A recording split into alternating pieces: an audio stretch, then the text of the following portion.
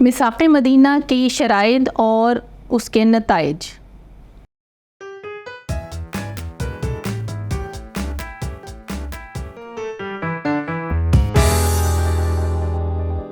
السلام علیکم عزیز طلباء و طالبات، میں آپ سب کو مون لائٹ انٹرنیشنل پبلشر کے ڈیجیٹل تعلیمی پلیٹ فارم پر خوش آمدید کہتی ہوں۔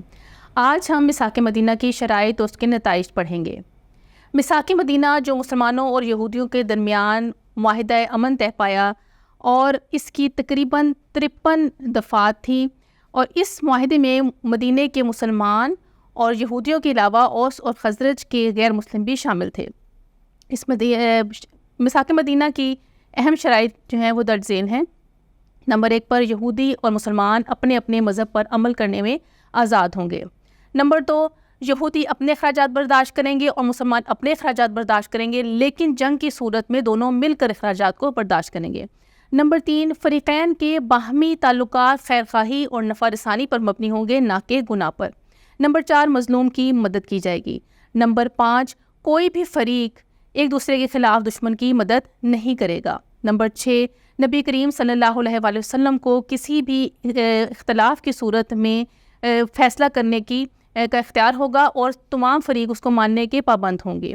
میثاق مدینہ کو پہلا تحریر دستور جو ہے وہ سمجھا جاتا ہے، جو ملکی، قومی اور مذہبی اور سیاسی لحاظ سے بہت اہم ثابت ہوا، کیونکہ اس معاہدے کی روح سے نبی کریم صلی اللہ علیہ وآلہ وسلم نے ریاست مدینہ کا باقاعدہ آغاز کیا، اور نبی کریم صلی اللہ علیہ وآلہ وسلم کو ایک مرکزی اور فیصلہ کن حیثیت حاصل ہوئی، اور آپ نے اپنی کمال حکمت عملی سے اللہ تعالیٰ کے احکامات کے نفاذ کے لیے راستے کو ہموار کیا، اور تمام مذاہب کو مذہبی اور معاشرتی حقوق حاصل ہوئے۔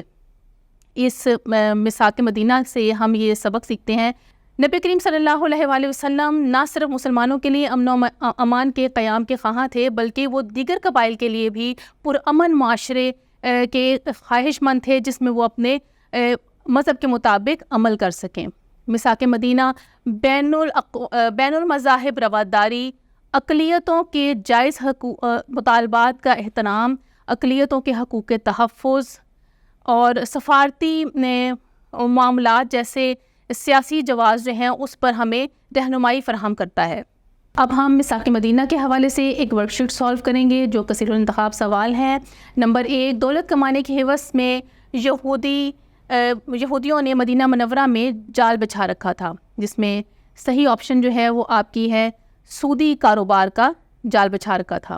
نمبر 2، میثاق مدینہ کی روح سے مرکزی اور فیصلہ کن حیثیت حاصل ہوئی، جس میں آپشنز آ رہی ہیں اللہ تعالیٰ، انصار، مہاجرین، حضرت محمد صلی اللہ علیہ وآلہ وسلم، تو اس کی رائٹ آپشن جو ہے وہ حضرت محمد صلی اللہ علیہ وآلہ وسلم ہے۔ میثاق مدینہ دفعات پر مشتمل تھا، 50، 53، 55، 57، تو اس کی رائٹ آپشن ہے 53۔ میثاق مدینہ یہودیوں کے خلاف تھا، تو اس کی آپشنز آ رہی ہیں رائے، خیالات، حقوق، مفادات، تو اس کی رائٹ آپشن جو ہے وہ ہے مفادات۔ نمبر 5 پہ اس معاہدے کی روح سے ہر فریق کو آزادی حاصل تھی، سیاسی، مذہبی، معاشرتی یا جنگی، تو اس کا صحیح آپشن جو ہے وہ ہے مذہبی۔ امید کرتی ہوں کہ آج کے لیکچر سے آپ کو میثاق مدینہ کے بارے میں معلومات حاصل ہوئی ہوں گی۔ اللہ حافظ۔